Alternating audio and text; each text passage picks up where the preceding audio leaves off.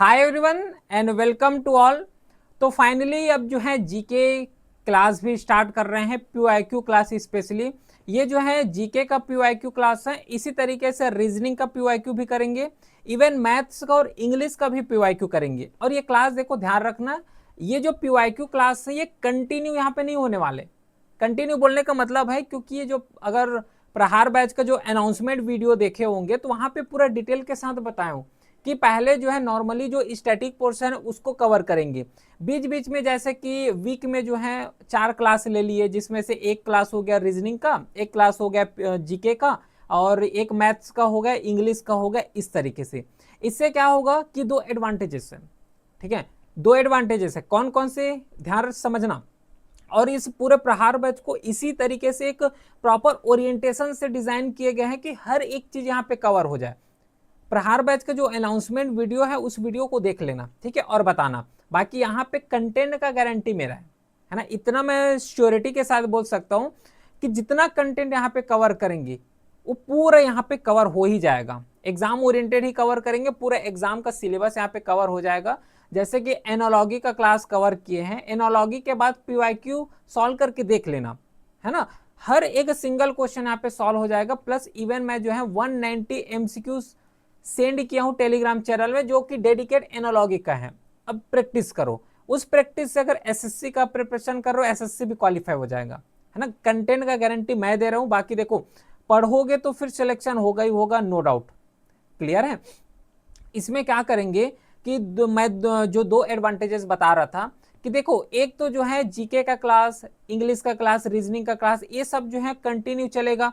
अब वो तो कंटिन्यू चल ही रहे हैं स्टैटिक पोर्शन, अब उसको जो है प्रैक्टिकली अप्लाई करना है। अब मैं प्रैक्टिकली अप्लाई करने वाला हूं, तो मैं यहाँ पे टेस्ट तो नहीं कवर कराऊंगा अपने से, लेकिन डायरेक्टली पीवाईक्यू को कवर कराऊंगा।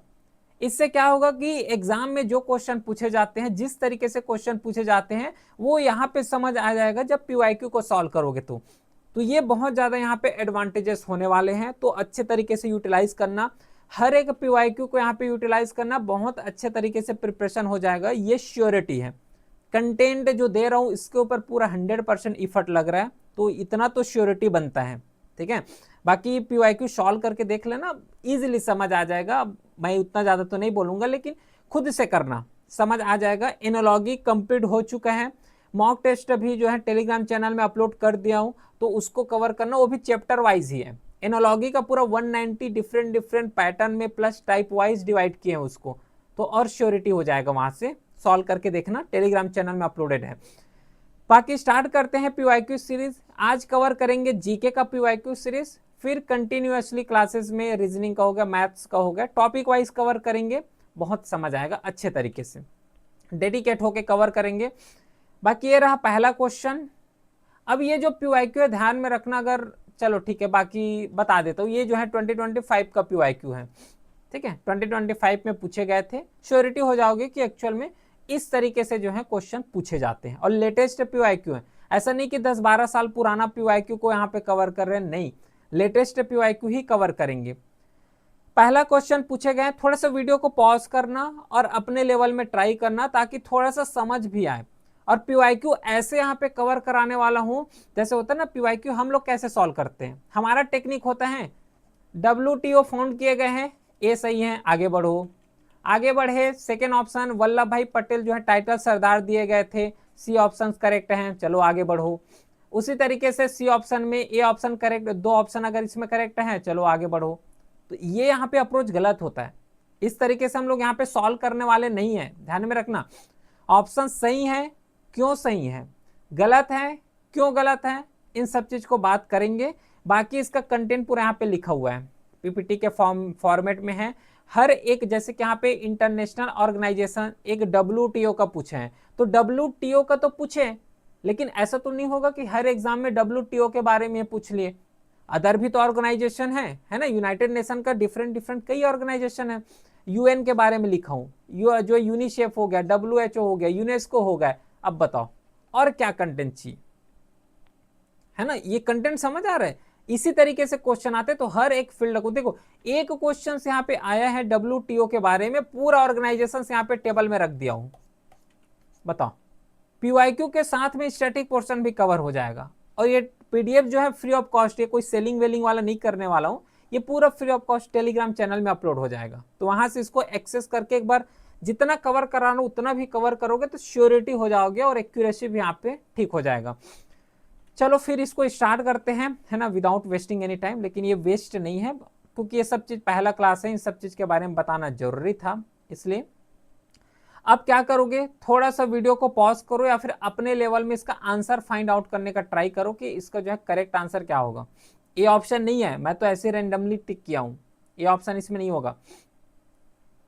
देखो पहला जो ऑप्शन दिए गए हैं वो है 1 जनवरी को 1998 ये WTO को फाउंड किया गया था। WTO world trade organisation, WTO होता है वर्ल्ड ट्रेड ऑर्गेनाइजेशन। जितना भी वर्ल्ड लेवल में, मास लेवल में जो ट्रेड होते हैं, एक कंट्री से दूसरे कंट्री के बीच जो ट्रेड होते हैं उसको यहाँ पे वर्ल्ड ट्रेड बोले जा, मतलब जो ऑर्गेनाइजेशन है जो हैंडल करते हैं पूरे वर्ल्ड रिलेटेड जो ट्रेड फिनोमेना को, वो WTO होता है, वर्ल्ड ट्रेड ऑर्गेनाइजेशन होते हैं। पहला बताओ, पहला ऑप्शन दिए गए हैं 1998, पहला ऑप्शन गलत होगा क्योंकि जो TO है ना, WTO है, इसको 1998 में फॉर्म नहीं किए गए थे। कुछ ऑप्शन ऐसे दिए रहते हैं जो कि बहुत ज्यादा यूजलेस होते हैं, और ये ऑप्शन इसलिए दिए जाते हैं ताकि कंफ्यूज हो जाओ। जितना ज्यादा कंफ्यूज होंगे, एक तो एग्जाम में प्रेशर उतना ज्यादा रहता है, और ऊपर से कंफ्यूज करने के लिए ऐसा ऑप्शन देते हैं जो कि लगता सही है ना, ऐसा लगेगा देखोगे कि यही ऑप्शन करेक्ट होगा लेकिन वही गलत हो जाता है, इस टाइप के आते हैं। पहला गलत है, इसमें 1993 लिखा हुआ है। देखो 1993 को अगर देखोगे तो यहाँ पे जो उरुग्वे कॉन्फ्रेंस हुआ था, उरुग्वे जो राउंड हुए थे ना, वो 1993 में हुए थे। यहाँ पे WTO का कोई रोल प्ले नहीं था। 1995, और यही इसका करेक्ट आंसर हो जाएगा क्योंकि 1995 में ही जो WTO है उसको एक्चुअल में फाउंड किए गए थे। फिर 1991 लिखा हुआ है। देखो ये जो 1991 है ना, यहाँ पे उतना ज्यादा कुछ फेनोमेना देखने को नहीं मिला, लेकिन स्टिल जो गेट है GATT, क्योंकि इसका जो गेट जो है एक्चुअल में पुराना वर्जन है WTO का, तो वो जो है थोड़ा सा फंक्शनिंग में रहे हैं, तो उतना ज्यादा इसको रिमेंबर याद रखने की जरूरत नहीं है। करेक्ट आंसर इसका C हो जाएगा, 3 ऑप्शन बिल्कुल करेक्ट है, ठीक है। बाकी ये लिखा हुआ है, अब इसको तो फैक्चुअल्स है पूरा, अगर मैं यहाँ पे इसको पढ़ाऊंगा तो क्या करूंगा, नॉर्मली रीड बस करूंगा, है ना, रीड बस करूंगा, उससे अच्छा क्या है, टेलीग्राम चैनल में अपलोड हो जाएगा, तो वहां से इसको एक बार रीड कर लेना, ठीक है। चलो अगला क्वेश्चन, इस क्वेश्चन को बताओ तो, after which of the following events Vallabh Bhai Patel go to the title of Sardar. Sardar का पटेल यहाँ पे सरदार पटेल यहाँ पे दिए गए थे, नाम यहाँ पे दिए गए थे, कौन से ईयर में और कौन से यहाँ पे लैंडमार्क एरिया रहे हैं, इवेंट्स रहे हैं जिसमें जो वल्लभ भाई पटेल है उसको सरदार का टाइटल दिए गए थे, बताओ। देखो पहला जो यहाँ पे फिनोमेना है वो है खेड़ा सत्याग्रह। ध्यान रखना ये जो खेड़ा सत्याग्रह है इसे किसके द्वारा लीड किए गए थे, इसे लीड किए गए थे सरदार वल्लभ भाई पटेल के ही द्वारा, लेकिन इसका जो है सहयोग दिए गए थे महात्मा गांधी। महात्मा गांधी जो है इसका सहयोग दिए गए थे नो डाउट, लेकिन जो खेड़ा सत्याग्रह है इसको लीड किए गए थे वल्लभ भाई पटेल के द्वारा। फिर सेकंड है दांडी मार्च। ध्यान रखना ये जो दांडी मार्च है ये किसके अगेंस्ट में, ये अगेंस्ट में गए थे साल्ट लॉ के, साल्ट लॉ के। ये क्या था साल्ट लॉ, ये साल्ट लॉ में एक्चुअल में कुछ नहीं हुआ था कि जो ब्रिटिशर्स हैं, तो ब्रिटिशर्स ने क्या किया कि जो नमक है तो नमक के ऊपर भी टैक्स लगा दिए थे, लेकिन बाकी जो आम जनता है उसका मत ये था कि नमक जो है अमीर लोग भी खाते हैं, गरीब लोग भी खाते हैं, मतलब एक्चुअल में ये जो साल्ट है ये इसेंशियल कमोडिटी है, तो इसेंशियल कमोडिटी है तो क्यों यहाँ पे जो है टैक्स लगाया जा रहा है, ये जो है नॉर्मल पीपल आम जनता है उसका मत था। लेकिन ब्रिटिशर्स ने इसके ऊपर भी टैक्स लगा दिए गए थे, तो साबरमती से महात्मा गांधी ने जो समुद्र है, समुद्र के किनारे एक मार्च किए गए थे, ठीक है, उसको दांडी मार्च बोलते हैं। लेकिन यहाँ पे भी सरदार जो वल्लभ भाई पटेल है उसको सरदार टाइटल नहीं दिए थे, गलत है सेकेंड ऑप्शन। इसके बाद आता है बरदोली सत्याग्रह। ध्यान रखना ये जो बरदोली सत्याग्रह है यही एक्चुअल में एक सक्सेसफुल मूवमेंट रहे हैं, और यहीं पे जो है वल्लभ भाई पटेल को सरदार का टाइटल दिए गए थे। सी ऑप्शन बिल्कुल करेक्ट है। फिर आता है चंपारण सत्याग्रह। ये जो चंपारण सत्याग्रह है इसे लीड किए गए थे गांधी जी के द्वारा। गांधी जी के द्वारा लीड किए गए थे एट प्रेजेंट जो बिहार वाला एरिया है वहां पे। तो करेक्ट ऑप्शन इसका थर्ड हो जाएगा। बाकी स्टैटिक पोर्शन में सब लिखा हुआ है कि चंपारण सत्याग्रह 1917 में कंडक्ट हुए थे, जिसमें से जो इंडिगो फार्मर है उसको एक्सप्लॉयटेशन के केस में रहे हैं, इसके वजह से जो है चंपारण सत्याग्रह हुए हैं। खेड़ा सत्याग्रह हो गया 1998 का। अहमदाबाद मिल स्ट्राइक हो गया। देखो अहमदाबाद मिल स्ट्राइक क्वेश्चन में नहीं है, लेकिन इसको मैं अपने से ऐड किया हूं, क्या पता इसके बारे में भी क्वेश्चन पूछ ले, क्योंकि ये इंपॉर्टेंट है ना, जितना भी सत्याग्रह हो रहा है ये सब इंपॉर्टेंट है, इसलिए कुछ पोर्शन अपने से। देखो ये वन लाइन यहाँ पे अपने से कवर किया हूं, अपने से इसलिए कवर किया हूं ताकि अगर यहां से क्वेश्चन आए तो बन जाए, कोई क्वेश्चन छूटे ना। ठीक है, ये मेरा टारगेट है। चलो इसको बताओ। पासेस हैं और माउंटेन रेंजेस हैं। ध्यान रखना कि जो जोजिला पास है, जोजिला पास कारगिल में पड़ता है, जोजिला पास जो है ये कारगिल में पड़ता है। फिर उसके बाद जो है मिंटका पास, मिंटका पास एक्चुअल में काराकोरम रेंजेस में पड़ता है। फिर आता है बनिहाल, ये जो बनिहाल पास ध्यान रखने पीर पंजाल में है। और जो खारदुंगला है, खारदुंगला एक्चुअल में लद्दाख माउंटेन रेंज में है। देखो ये ला का मतलब समझते हो ना, ला का मतलब होता है पासेस, पास। अब ये पास क्या होता है, देखो ये जो है जैसे कि दो माउंटेन रेंजेस हैं। अब रेंजेस के बीचों बीच एक थोड़ा सा ये एकदम नैरो वाला एरिया होगा जो कि एक पॉइंट से दूसरे जगह, दूसरे पॉइंट को कनेक्ट करते हैं। एक जगह से दूसरे जगह जाने के लिए एक पतला सा रास्ता होता है, ध्यान रखना है नैरो होता है, नैरो रोड होते हैं, एक रास्ता होता है जो कि एक पॉइंट से दूसरे पॉइंट में जाते हैं। उसको जियोग्राफी के टर्म में ला बोल देते हैं, या फिर जियोग्राफी के टर्म में इसको पासेस बोलते हैं, पास बोलते हैं। तो इसका करेक्ट आंसर हो जाएगा 4। बाकी ये पूरा मैप के फॉर्म में है कि कौन कौन से पासेस कहाँ कहाँ पे हैं, बड़े आसानी से इसको कवर कर सकते हैं। देखो यहाँ पे लिखा हुआ है, स्टेट वाइज भी लिखा हुआ है, जैसे कि सिक्किम में नाथुला हो गया, जिलिपला हो गया, ये सिक्किम में पड़ता है। जम्मू एंड कश्मीर में जोजिला पास है, बनिहाल पास है ना, खारदुंगला हो गया, फोटुला हो गया, नमिकाला हो गया। ठीक है, पूरा कंटेंट है ना, बहुत इंथुजियास्टिक के साथ, बहुत टाइम के लगाने के बाद ये सब इस टाइप के कंटेंट प्रिपेयर हुआ है। तो आई होप कि अच्छे तरीके से इसको यूटिलाइज भी करोगे। विच of the following is a rabi crop, rabi crop कौन सा होता है बताओ तो। विच of the following is a rabi crop, fourth option, fourth question है। करेक्ट आंसर क्या होगा, पहला जो बोले गए हैं वो है कॉटन। कॉटन बोले गए हैं तो कॉटन ध्यान रखना है खरीफ क्रॉप है, पहले बात इसको याद रखोगे। जोवर बोले गए हैं, जोवर भी खरीफ क्रॉप है, चिली भी खरीफ क्रॉप है, लेकिन जो वीट है, वीट एक्चुअल में रबी क्रॉप है, वीट जो है रबी क्रॉप है। तो इसका करेक्ट आंसर सी हो जाएगा। ठीक है, बाकी ये सब लिखा हुआ है। खरीफ क्रॉप जो कि जून से जुलाई में यहाँ पे जैसे ही मानसून आता है तो वहाँ पे शोइंग पीरियड होता है। नॉर्मली सितंबर से अक्टूबर तक इसको हार्वेस्ट कर लिए जाते हैं। और सबसे मोस्ट इंपॉर्टेंट पॉइंट खरीफ क्रॉप का कि कौन कौन से मेजर क्रॉप हैं, ये सबसे मोस्ट इंपॉर्टेंट है। जो क्वेश्चन देखने को मिलता है वो सबसे ज्यादा यहाँ से देखने को मिलेगा। कौन जो है मेन इसका एग्जाम्पल, जैसे कि खरीफ क्रॉप में राइस हो गया, मैज हो गया, जोवर हो गया, बाजरा हो गया, कॉटन है, ग्राउंड नट है, सोयाबीन हो गया। सेम रबी क्रॉप में याद रखोगे वीट है, बार्ले है, ग्राम हो गया, मस्टर्ड है, पीस हो गया।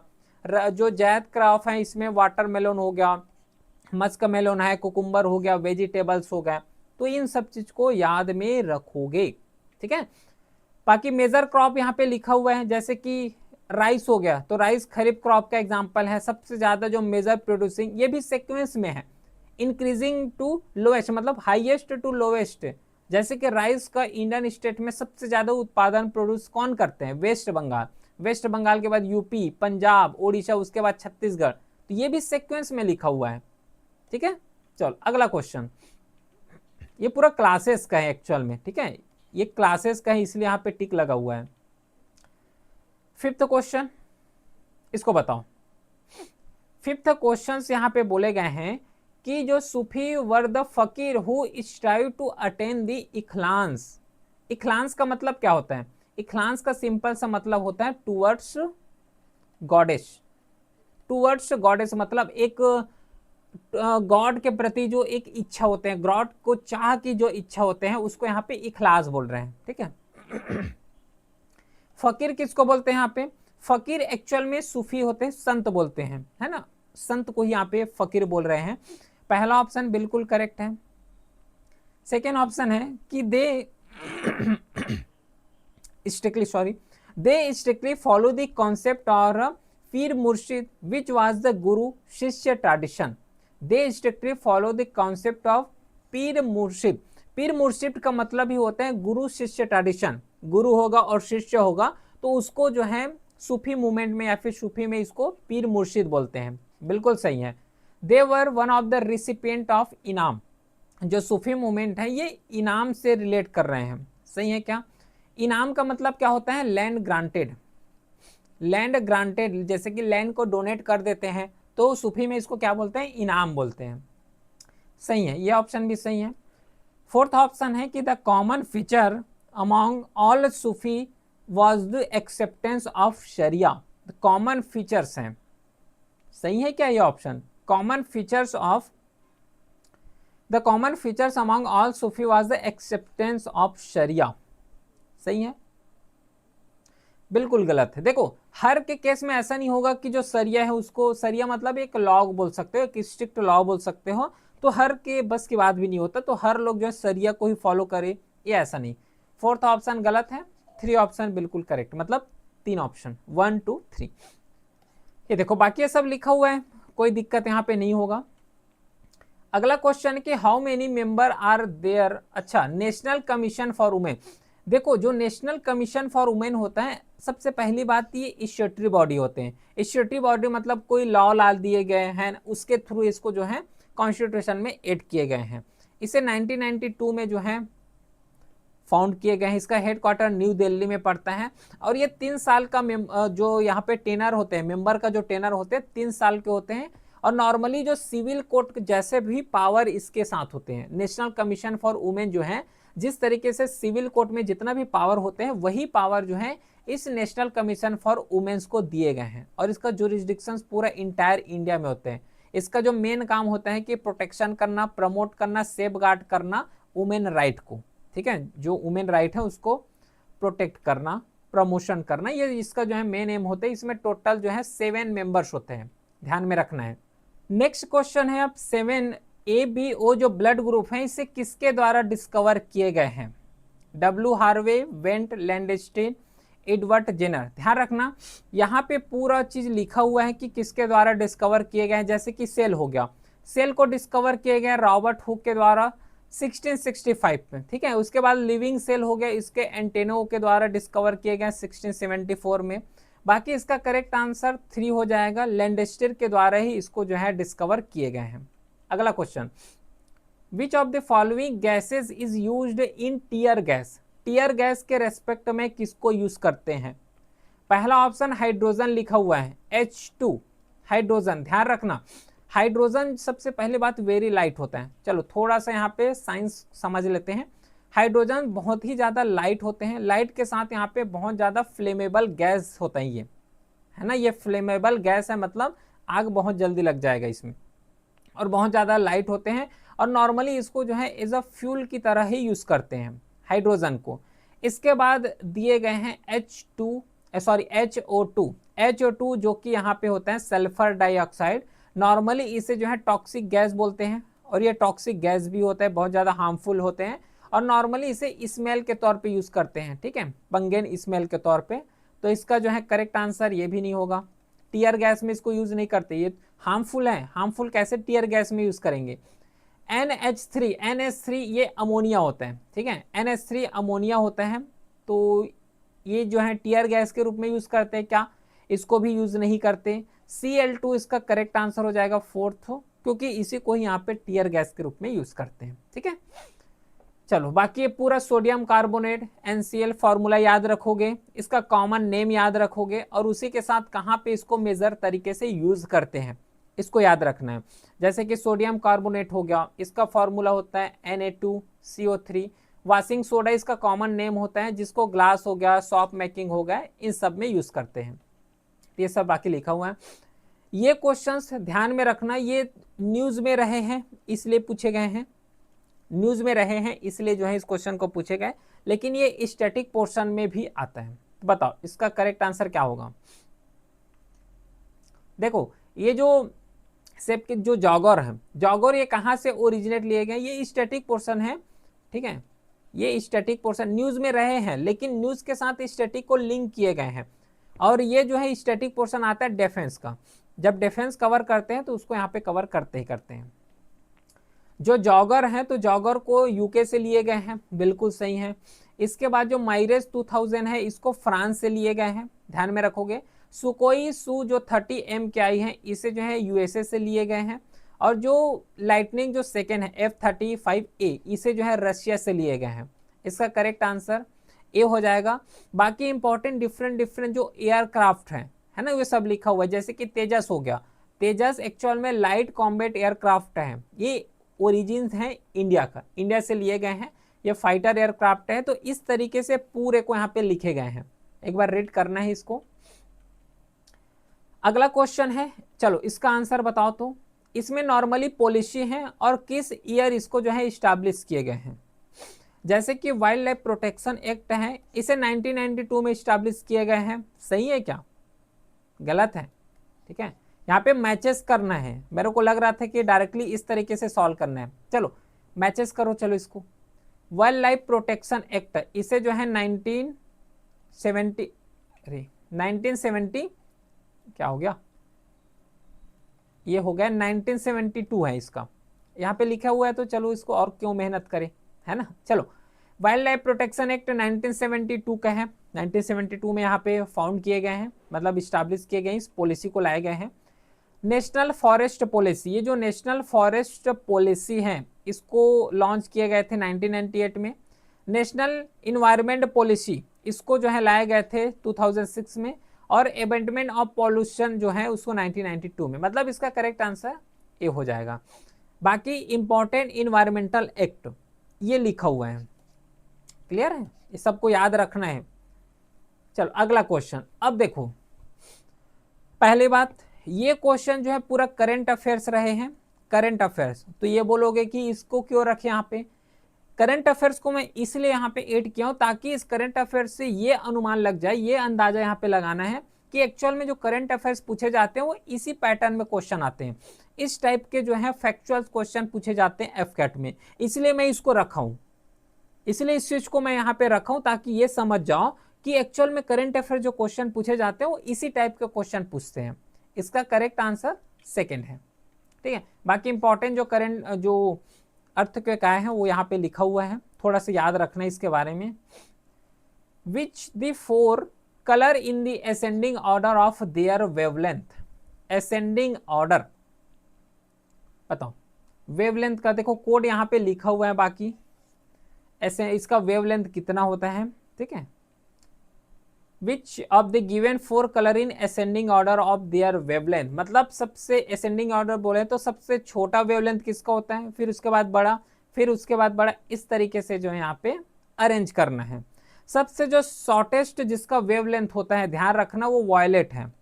वॉयलेट को अगर देखोगे तो सबसे जो शॉर्टेस्ट वेवलेंथ होता है वो इसी का ही होता है, वॉयलेट का। सबसे जो लार्जेस्ट वेवलेंथ अगर देखोगे तो रेड लाइट का होता है। सबसे जो लॉन्गेस्ट हो गया, लार्जेस्ट वेवलेंथ रेड लाइट का होता है। अगर ये दोनों भी पता हो तो ऑप्शन इलिमिनेट हो रहा है क्या, देखो तो। सबसे छोटा, देखो सबसे छोटा वॉयलेट होता है, इतना तो पता है। तो सेकेंड ऑप्शन, थर्ड ऑप्शन गलत हो गया, सही है, सेकेंड ऑप्शन गलत हो गया। उसके बाद सबसे बड़ा कौन सा होता है, रेड होता है। तो ये फोर्थ ऑप्शन भी गलत हो गया, ए ऑप्शन करेक्ट है। बताओ, इलिमिनेशन, ये ट्रिक भी अप्लाई करना, ठीक है। एग्जाम में ये ट्रिक भी जो है अप्लाई कर सकते हो। बाकी यहाँ पे मैं लिख देता हूँ। देखो सबसे जो कम, जो शॉर्टेस्ट वेवलेंथ होता है वो वॉयलेट का होता है, वॉयलेट का होता है। इसके बाद होता है ब्लू कलर का, ब्लू कलर के बाद होता है ग्रीन कलर का, ग्रीन कलर के बाद होता है येलो, येलो कलर का। इसके बाद आता है ऑरेंज का, ऑरेंज के बाद आते हैं रेड का, ठीक है। तो ये इसका जो है सीक्वेंस होता है।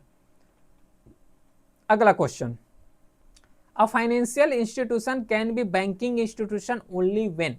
फाइनेंशियल इंस्टीट्यूशन, हर एक फाइनेंशियल इंस्टीट्यूशन बैंकिंग इंस्टीट्यूशन नहीं होते। इसको कंफ्यूज करने के लिए पूछ सकते हैं कि is every financial institution is a banking institution, या फिर इसको अपोजिट भी कर सकते हैं कि is every banking institution are financial institution, या फिर इज अ फाइनेंशियल इंस्टीट्यूशन। तो इसको कंफ्यूज करने के लिए दे सकते हैं।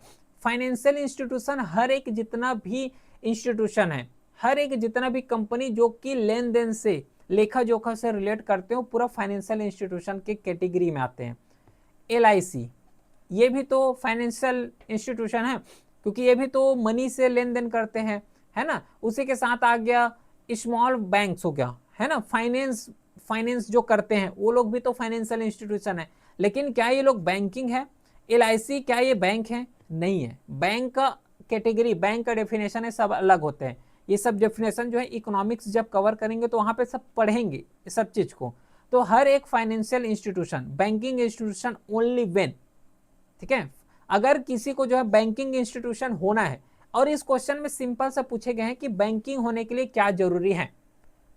अगर डीप में अगर इसको समझ रहे होंगे तो ये, बल्कि ये जो क्वेश्चंस को ट्रिकी बनाए गए हैं, लेकिन इस क्वेश्चन को मेन क्रक्स यही है कि बैंकिंग इंस्टीट्यूशन कौन होते हैं। अगर बैंकिंग इंस्टीट्यूशन किसी को बनना है तो उसको क्या चाहिए?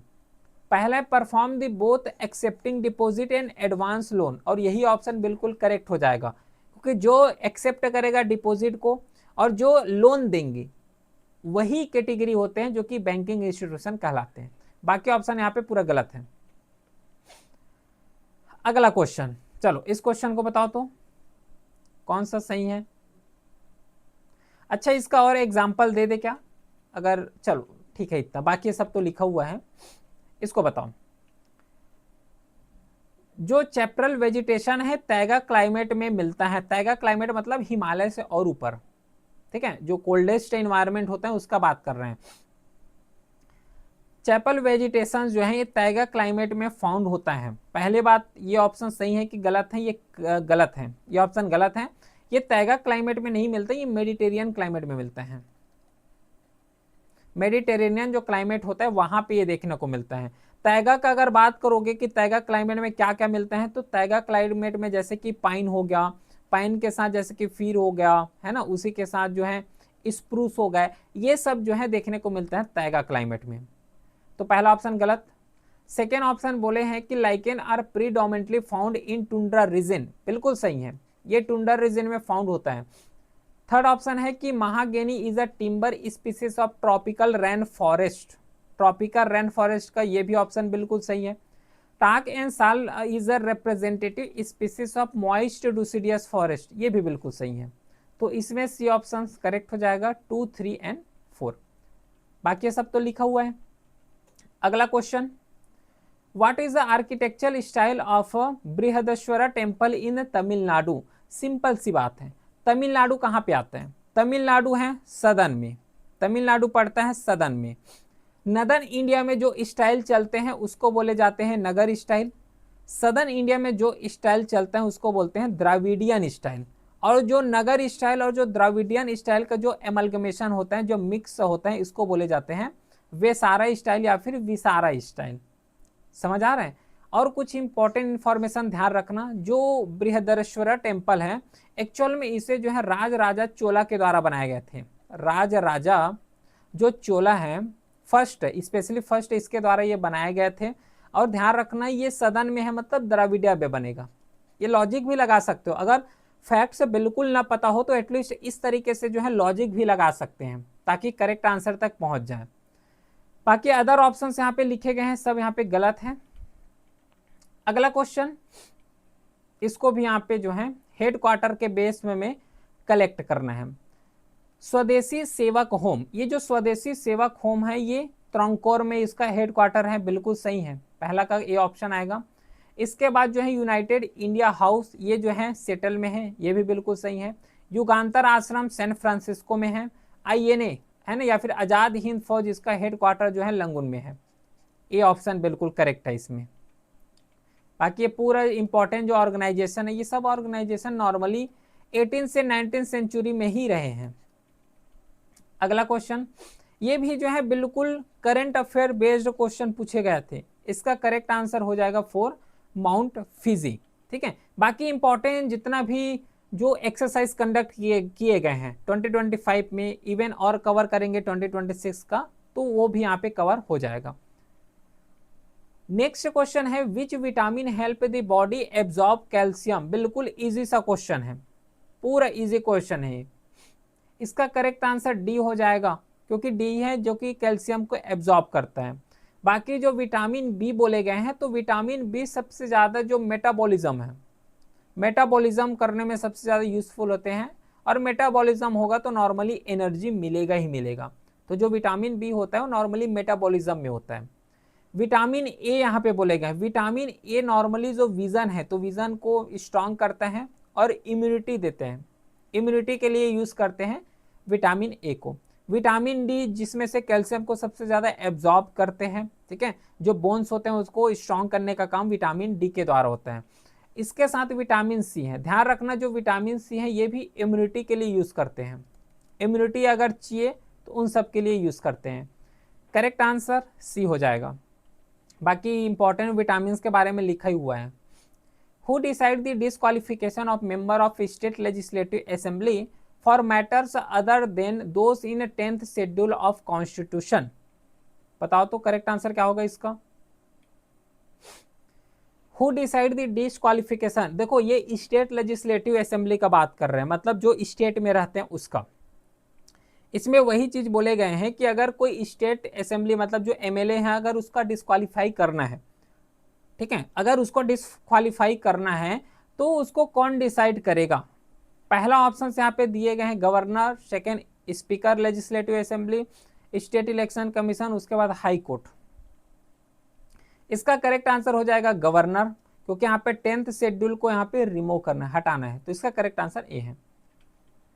अगला क्वेश्चन है, in October 1943 Subhash Chandra Bose gave up provincial government of free India which was organised by how many country including Japan? एक पैरेलल गवर्नमेंट फॉर्म किए गए थे, जैसे कि ब्रिटिश गवर्नमेंट रहे। अब ये ब्रिटिश गवर्नमेंट इंडिया के लिए उतना ज्यादा तो कुछ कर नहीं रहे थे, तो इसी के पैरेलली जो है सुभाष चंद्र बोस ने एक प्रोविंशियल गवर्नमेंट यहाँ पे फॉर्म किए गए थे।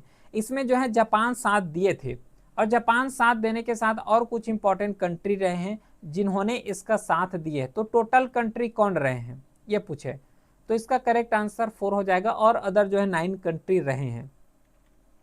ठीक है, ये बाकी कुछ फैक्ट्स यहाँ पे लिखे हुए हैं। बाकी आई होप समझ आया होगा। जीके पीवाईक्यू सीरीज बहुत अच्छे तरीके से इसको यूटिलाइज भी किए होंगे, क्लियर है। बाकी फिर मिलते हैं नेक्स्ट क्लास में, तब तक के लिए thank you, well done, have a great day.